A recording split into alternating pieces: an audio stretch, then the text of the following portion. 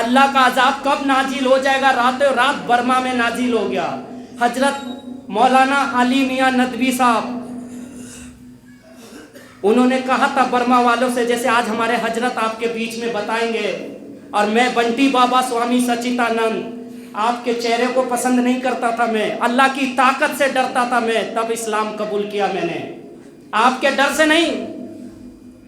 اللہ کی طاقت سے ڈر سے میں اسلام قبول کیا. اور اسلام قبول کرنے والے ہمارے حضرت ہیں جنہوں نے مجھے کلمے کی دعوت دیا. میں کلکتہ سے رانچی تک آیا، ایک بھی مسلمان مجھے کلمے کی دعوت نہیں دیا. بولتے ہم تھوڑی نا مسلمان بناتے ہیں. پھر حضرت کے پاس دلی میں کیسے آیا، اور حضرت ماشاءاللہ 56 انچ کا سگر ہے. حضرت نے کہا آؤ میں کلمہ بولتا ہوں، تم بولو میرے ساتھ. پھر حضرت نے نام ابو بکر صدیق. آپ صلی اللہ علیہ وسلم کی حدیث ہے، یا مولا علی اگر ایک آدمی بھی تمہارے باتوں سے راہ رستے پہ آ جائے تو تمہارے نجات کے لیے کافی ہے، 100 سور اونٹوں سے بہتر ہے. تو آپ چاہتے نہیں ہیں کہ آپ کے ہاتھ پر اگر ایک آدمی آ جائے؟ ابھی آپ ہی کے گاؤں میں آ کر ابھی جسٹ وجے کمار کا نام میں نے عمر رکھ دیا، ماشاءاللہ ابھی وہ آنے والا ہے. میں زیادہ نہیں بولوں گا حضرت کے سامنے. اب میرے نام سے محمد ابو بکر صدیق ہے. آپ لوگ دعا کیجیے گا، انشاءاللہ پھر آئیں گے ہم کارگزاری لے کر. اب السلام علیکم.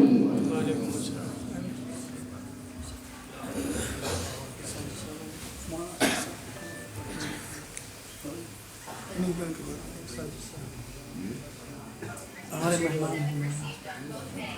جی تشریف. اس کارروائی کے بعد میں بسد احترام اپنے مہمان حضرت مولانا اسجد صاحب قاسمی دامت برکاتہم العالیہ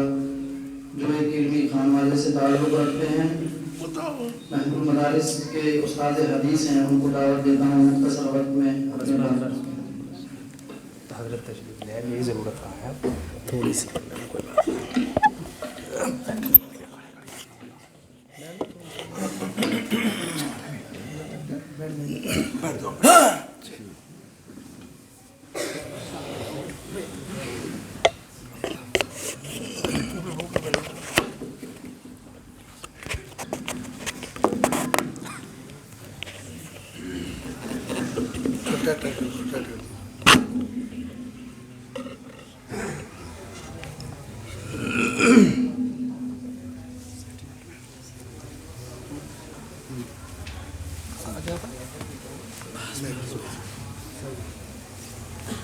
نحمده ونصلي على رسوله الكريم.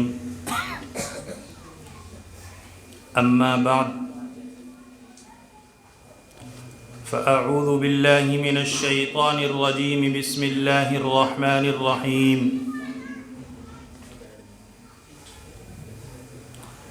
هو الذي أرسل رسوله بالهدى ودين الحق ليظهره على الدين كله ولو كره المشركون. صدق الله العظيم.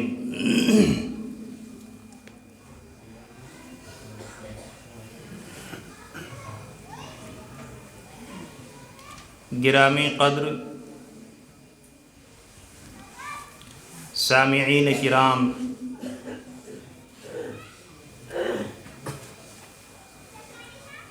آج ہم لوگوں کے لیے یہ بڑی مسرت اور خوشی کی بات ہے کہ ہمارے اس علاقے میں عالم اسلام کی معزز ترین شخصیت داعی اسلام حضرت مولانا محمد کلیم صدیقی صاحب دامت برکاتہم العالیہ یہاں تشریف فرما ہے.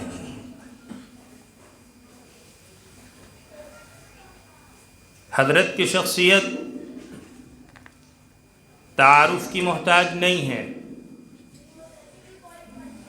اللہ تعالیٰ نے حضرت والا سے دنیائے انسانیت کے لیے بالخصوص انسانوں کا وہ طبقہ جن تک اللہ تبارک و تعالیٰ کا جو اہم پیغام ہے انسانیت کے نام ہماری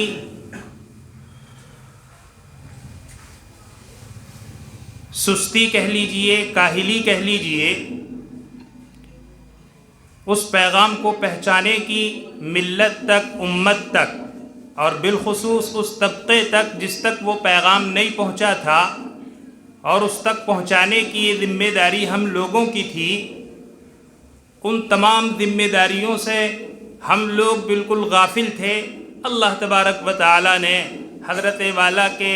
دست مبارک سے سمجھ لیجئے، آپ کی کوششوں سے سمجھ لیجئے، آپ نے ایک منظم انداز سے ہماری ان تمام ذمہ داریوں کو ادا کرتے ہوئے پوری ملت کے سامنے اور بالخصوص غیر مسلم طبقے کے سامنے وہ اپنا فریضہ پوری ملت کی طرف سے گویا ادا کیا ہے۔ یہ خصوصیت حضرت والا ہی کی ہے، اس لیے ہم لوگوں نے اللہ تبارک و تعالیٰ کی طرف سے لوگوں کے ذہنوں کے اندر حضرت کے لیے مختلف القابات آئے، لیکن داعی اسلام کا یہ لقب ایسا تھا جو بالکل موزوں تھا، اس لیے حضرت کے لیے وہ چسپاں کیا گیا۔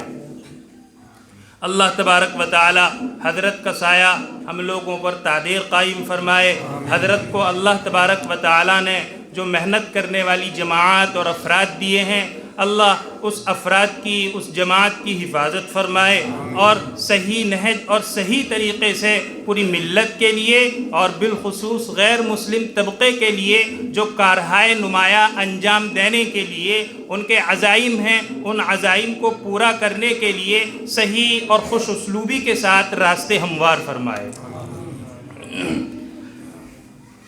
حضرت ہی کی سرپرستی میں اور اب نئے ندوہ کہہ لیجئے، یعنی دارالعلوم ندوۃ العلماء لکھنؤ سے جو حضرات فارغ ہیں، ان کی کوششوں اور کاوشوں کے ساتھ جو ایک فکر اور یہ طرز اور یہ سلسلہ غیروں کو دعوت دینے کا چل رہا ہے، اسی سلسلے کی ایک یہ کڑی تھی جو 3 روز سے تربیتی کیمپ کے اعتبار سے کہہ لیجئے آپ کے یہاں یہ پروگرام چل رہا تھا۔ ہمارے حضرت مولانا ناصر صاحب جو آپ کے امام محترم ہیں، ان کی دعوت، ان کی کوشش، ان کی خواہش یہ سب تھی کہ کسی دن ایک اس طریقے کا پروگرام ہو جس میں حضرت والا کی تشریف آوری بھی ہو اور دعوتی امور کس طریقے سے لوگوں کو پہنچائے جائیں، کیسے غیروں تک اللہ کا اور اسلام کا پیغام پہنچایا جائے، کیسے یہ کام کیے جائیں۔ تو اس طریقے سے انہوں نے ایک مختصر سی مجلس رکھی ہے۔ اللہ تبارک و تعالیٰ کا فضل ہوا کہ مجھے بھی اس میں حاضری کی سعادت ہوئی، اور میں کوئی عالم نہیں، علم سے عمل سے کورا، لیکن انہوں نے حکم دیا الامر فوق الادب کے تحت میں آپ کے سامنے حاضر ہوں۔ اللہ تعالیٰ سے دعا کیجئے کہ چند باتیں دعوت دین کے تعلق سے صحیح میری زبان سے نکلوا دیں۔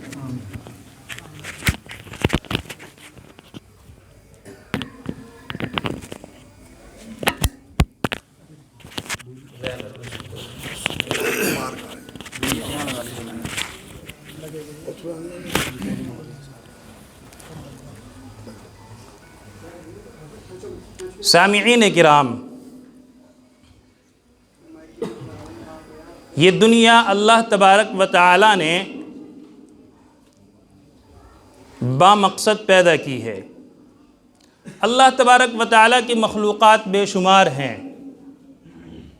پانی کو اللہ تعالی نے پیدا کیا، آگ اللہ تعالی نے پیدا کی، اسی طریقے سے بہت ساری مخلوقات ہیں، سب کو اللہ تبارک و تعالی نے ایک ذمہ داری دی ہے، ایک ڈیوٹی دی ہے اور ایک مقصد دیا ہے۔ پانی کا مقصد اللہ نے رکھا ہے کہ پانی کو پیا جائے تو اس سے پیاس بجھ جائے، پانی کو آگ پر ڈالا جائے تو آگ بجھ جائے۔ اگر پانی کے اندر یہ صفت نہ ہو اور پانی پی کر کے پیاس نہ بجھے اور پانی آگ پر ڈالا جائے اور آگ نہ بجھے تو سمجھو پانی نے اپنا مقصد پورا نہیں کیا۔ اسی طریقے سے آگ کا بھی ایک مقصد ہے، آگ کی ایک ذمہ داری ہے کہ آگ سے کسی چیز کو جلایا جائے تو وہ جل کر کے راکھ ہو جائے، اگر آگ کی یہ صفت ختم ہو جائے گی تو آگ اپنے مقصد سے گویا پہلو تہی کر رہی ہے اور آگ نے اپنی ذمہ داری ادا نہیں کی۔ تو دنیا کے اندر جتنی بھی چیزیں اللہ تبارک و تعالیٰ نے پیدا کی ہیں ان تمام چیزوں کو اللہ تبارک و تعالیٰ نے ایک مقصد دیا ہے۔ اسی طریقے سے اللہ تبارک و تعالیٰ نے انسان کی تخلیق کی، انسان کو دنیا کے اندر بھیجا اور نظام کائنات کی ذمہ داری انسان کو دی، اور اللہ تعالیٰ نے ارشاد فرمایا کہ انسان کی پیدائش کا مقصد کیا ہے۔ واضح لفظوں میں ارشاد فرمایا وَمَا خَلَقْتُ الْجِنَّ وَالْإِنسَ إِلَّا لِيَعْبُدُونَ، کہ ہم نے جناتوں کو اور انسانوں کو پیدا کیا اس لیے تاکہ وہ ہماری بندگی کریں، ہماری اطاعت کریں، اپنی ضرورتوں کو ہمارے سامنے رکھیں، اپنی مشکلوں کو اور اپنے مسائل کو ہمارے سے آ کر کے حل کریں، سجدہ کریں ہمارے لیے۔ رازق ان کے ہم ہیں، خالق ہم ہیں، مالک ہم ہیں، گویا کہ وہ ہماری بارگاہ میں آ کر عاجزی کا، انکساری کا اظہار کریں اور ہمارے سامنے بچھ جائیں، مٹ جائیں اور ہمیں اپنا آقا تسلیم کریں اور ہماری عبادت کریں۔ یہ انسانوں کی پیدائش کا مقصد ہے۔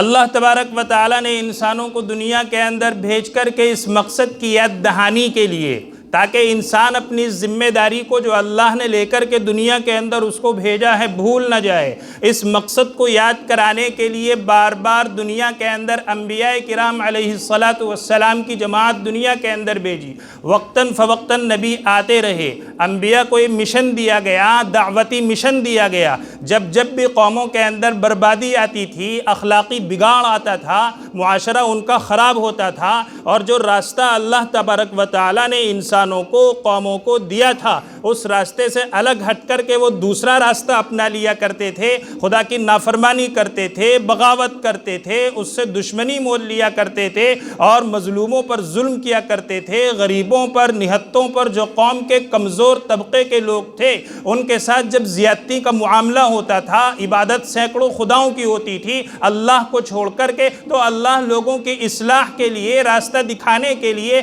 نبیوں کو ان کی راہبری کے لیے بھیجا کرتا تھا۔ چنانچہ ارشاد باری تعالیٰ ہے کان الناس امتا واحدتا فبعث اللہ النبیین مبشرین ومنذرین، کہ لوگ جس وقت دنیا کے اندر اللہ نے شروع کے اندر ابتدائی مرحلوں میں انسانوں کو پیدا کیا تو انسان پورے کے پورے ایک جماعت تھے، ایک ملت تھے، ایک امت تھی پوری کی پوری اور راہ راست پر تھی۔ لیکن جب لوگوں کے نظریات بدلے، خیالات بدلے، عقائد کے اندر لوگوں کے اندر بگاڑ آیا تو اس بگاڑ کی اصلاح کے لیے اللہ تبارک و تعالیٰ نے نبیوں کو دنیا کے اندر بھیجا، اور ان نبیوں کو بھیجنے کا مقصد یہ تھا تاکہ دنیا کے اندر ایسے لوگ جو ظالم ہیں، جو فاسد ہیں، جو خراب مادہ ہیں، ان کی اصلاح کریں، ان کو سمجھائیں، ان کو بتلائیں کہ اللہ کیا ہے، خدا کی ذات کیا ہے، وہ تمہارا مالک ہے، ملک الملوک وہ ہے، احکم الحاکمین وہ ہے، رزق تمہیں وہ دیتا ہے۔ تو غلط راستے سے ہٹا کر کے اللہ کے راستے سے جوڑیں، اور جو لوگ راہ راست پر چل رہے ہوں ان کو کامیابی کا مزدہ سنائیں اور ان کو خوشخبری دیں کہ تم اس زندگی سے فارغ ہو کر جب خدا کے یہاں پہنچو گے تو کامیابوں کے اندر تمہارا نام لکھا جائے گا، اور کامیابی تمہیں اس اعتبار سے دی جائے گی کہ اللہ نے کامیابوں کے لیے جو جنت تجویز کر رکھی ہے اس جنت کے اندر تمہیں اعلیٰ مقام پر فائز کیا جائے گا۔ اس مقصد سے اللہ تعالیٰ نے انبیاء کو دنیا کے اندر بھیجا تاکہ لوگ، انسان جس مقصد اور ذمہ داری کو لے کر دنیا میں بھیجے گئے اس مقصد کو بار بار یاد رکھیں۔ اسی سلسلے میں نبی اکرم صلی اللہ علیہ وسلم کو بھیجا گیا،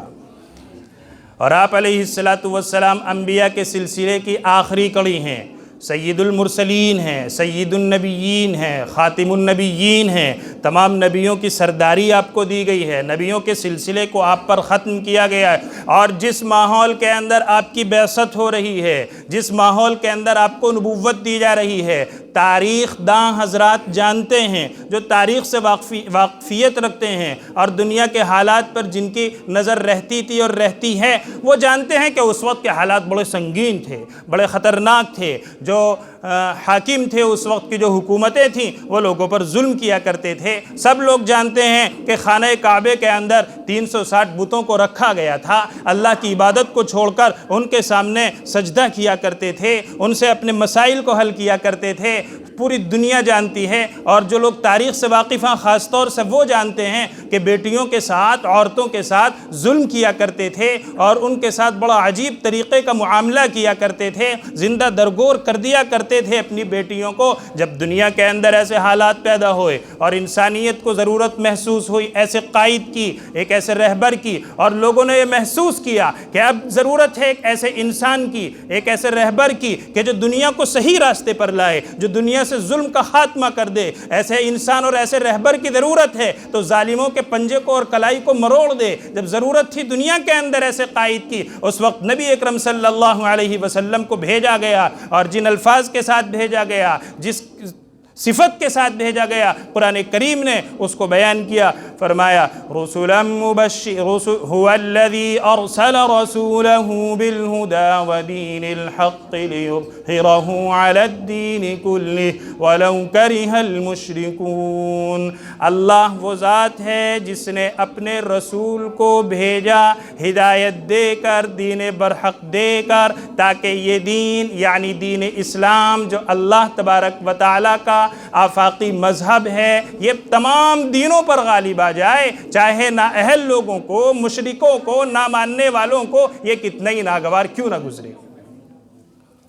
تو نبی اکرم صلی اللہ علیہ وسلم کو جب دنیا کے اندر بھیجا گیا تو اس وقت حالات بڑے خطرناک تھے،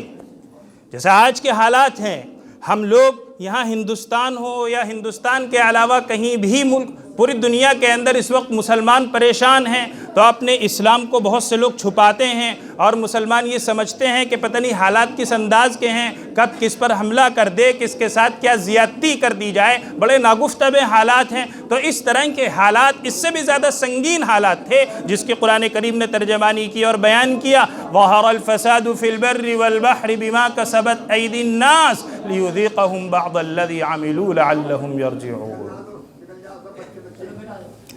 کہ خشکی اور تری کے اندر فساد برپا ہو گیا۔ یعنی جس وقت نبی پاک صلی اللہ علیہ وسلم کو دنیا کے اندر بھیجا جا رہا ہے، جس وقت آپ کو ذمہ داری دی جا رہی ہے، جس وقت دعوت کی ذمہ داری آپ کو دی جا رہی ہے، جس وقت آپ کو یہ پیغام دیا جا رہا ہے، یہ ذمہ داری سنائی جا رہی ہے کہ اللہ تبارک و تعالیٰ نے انسانوں کو جس مقصد سے دنیا کے اندر بھیجا تھا، اس مقصد کی یاد دہانی تمہیں کرانی ہے، اس مقصد کو کس طریقے سے اے پیغمبر ان سے پورا کرانا ہے۔ وہ دعوتی مشن انبیاء کا، وہ تمام انبیاء سے گزار کر نبی پاک صلی اللہ علیہ وسلم کو جو دعوتی مشن دیا گیا، جس وقت وہ مشن دیا جا رہا ہے اس وقت حالات بڑے سنگین تھے۔ ان سنگین حالات کے اندر نبی پاک صلی اللہ علیہ وسلم نے پوری قوم قریش کو، پورے مکے والوں کو، تمام کے تمام لوگوں کو اکٹھا کر کے اللہ تبارک و تعالیٰ کا پیغام سنایا، اور پیغام سنانے کے بعد جو قوم آپ کے متوالے تھے، محبت کرنے والے تھے، آپ کے ساتھ ہم وقت رہتے تھے، ان لوگوں کو سامنے جب آپ نے وہ پیغام سنایا جو پیغام حق تھا، اس وقت پوری کی پوری قوم دشمن ہو گئی۔ لیکن نبی پاک علیہ السلام کو یہ فرما دیا گیا تھا، تسلی دے دی گئی تھی، ارشاد فرما دیا گیا۔ بعد میں وہ آیتیں نازل ہوئیں جس کے اندر تذکرہ سورہ محمد میں اللہ نے فرمایا ان تنصروا اللہ ینصرکم ویثبت اقدامکم، اگر تم خدا کے دین کی مدد کرو گے اللہ تمہاری مدد کرے گا، خدا کے بول کو بولو گے، اللہ کا تعارف کراؤ گے، اس کی وحدانیت کو بیان کرو گے، اس کی توحید کو بیان کرو گے، ہر علاقے میں، ہر خطے میں، گلی گلی اور کوچے کوچے کے اندر اگر تم نے توحید کا یہ پیغام بیان کر دیا، وحدانیت کو بیان کر دیا، اور اپنے اس راستے پر تم جمے رہے اور تمہارے قدموں کے اندر جنبش اور لرزش پیدا نہیں ہوئی، ارتعاش پیدا نہیں ہوا، تو پھر اللہ تبارک و تعالیٰ تمہارے مدد کرے گا، وَيَثَبِّتْ أَقْدَامَكُمْ، اور تمہارے قدموں کو جما دے گا۔ نبی اکرم صلی اللہ علیہ وسلم کو یہ ذمہ داری دی گئی، اور جس ذمہ داری جن الفاظ کے ساتھ شروع کی گئی اور آپ پر جو سب سے پہلی وحی نازل ہوئی ہے وہ سورہ علق کی ابتدائی آیات ہیں۔ قرآن کریم کے اندر اللہ تبارک و تعالیٰ نے ان کو بیان کر دیا ہے۔ لیکن نبی اکرم صلی اللہ علیہ وسلم نے اس معاشرے کی اصلاح کس انداز سے فرمائی، کیا طریقہ کار اختیار فرمایا، دعوتی پہلو کس طریقے سے لوگوں کے سامنے رکھا، آپ نے نہج کیا اختیار کیا، نبی پاک صلی اللہ علیہ وسلم کی پوری سیرت کو اگر آپ سامنے رکھیں گے تو دو چیزیں بالکل کھل کر کے سامنے آ جائیں گی۔ ابتدائی مرحلے کے اندر جب آپ کی جماعت تھوڑی تھی، افراد تھوڑے تھے، تو نبی اکرم صلی اللہ علیہ وسلم کو یہ ہدایت دی گئی اللہ کی طرف سے، اور آپ کو یہ فیصلہ سنایا گیا کہ ابھی آپ کے افراد کم ہیں، آپ کی جماعت چھوٹی ہے اور ماحول اس طرح کا نہیں ہے، چونکہ لوگ یہاں عیاشی، مکاری، شراب، جوا، سٹے کے اندر ملوث ہیں، اچانک جا کر کے ان کو پکڑ کر کے ان تمام راستوں سے ان کو ہٹاؤ گے، ہٹیں گے نہیں، آپ کے دشمن ہو جائیں گے، لیکن دشمن ہونے کے بعد آپ کو نقصان پہنچائیں گے۔ اس لیے پہلا مرحلہ یہ تھا کہ تعلیمی پالیسی کو ذرا خفیہ رکھا جائے، اور خفیہ رکھنے کی وجہ سے یہ بتایا گیا کہ وہاں مکۃ المکرمہ کے اندر ایک پہاڑی ہے، اس پہاڑی کے پیچھے حضرت ارقم رضی اللہ تعالی عنہ کا جو گھر تھا، وہاں آپ علیہ السلام کے ماننے والے مسلمان خاموشی کے ساتھ چپ چاپ آیا کرتے تھے اور وہ دین اسلام سیکھتے تھے۔ یہ وہ دور تھا جہاں تعلیم خفیہ طریقے سے لوگوں کو دی جا رہی تھی۔ نبی پاک علیہ السلام لوگوں کو لاتے تھے، وہاں لوگ آتے تھے، نئے نئے اسلام میں داخل ہو رہے تھے، وہاں آ کر کے آپ علیہ السلام سے سیکھتے تھے اسلام کیا ہے، اسلام کے تقاضے کیا ہیں، اسلام کا تعارف کیا ہے، اسلام کے اندر کیا چیز بیان کی گئی ہے، معاملات کیا ہیں، معاشرت کیا ہے، سیاست کیا ہے، قیادت کیا ہے، تجارت کیا ہے، اور اسلام پورا کا پورا خاکہ اسلام کا کیا ہے، یہ لوگ آ کر خفیہ طریقے سے سیکھتے تھے، اور پھر محلے میں، گلی میں، کوچوں میں، گھروں میں، خاندانوں میں، قبیلوں میں جا کر کے اس کا چرچا کرتے تھے۔ ایسا نہیں کہ سن کر کے اور سیکھ کر کے صرف اپنے ذہن اور اپنے دل و دماغ کے اندر محفوظ رکھیں، نہیں، بلکہ اس کو بیان کر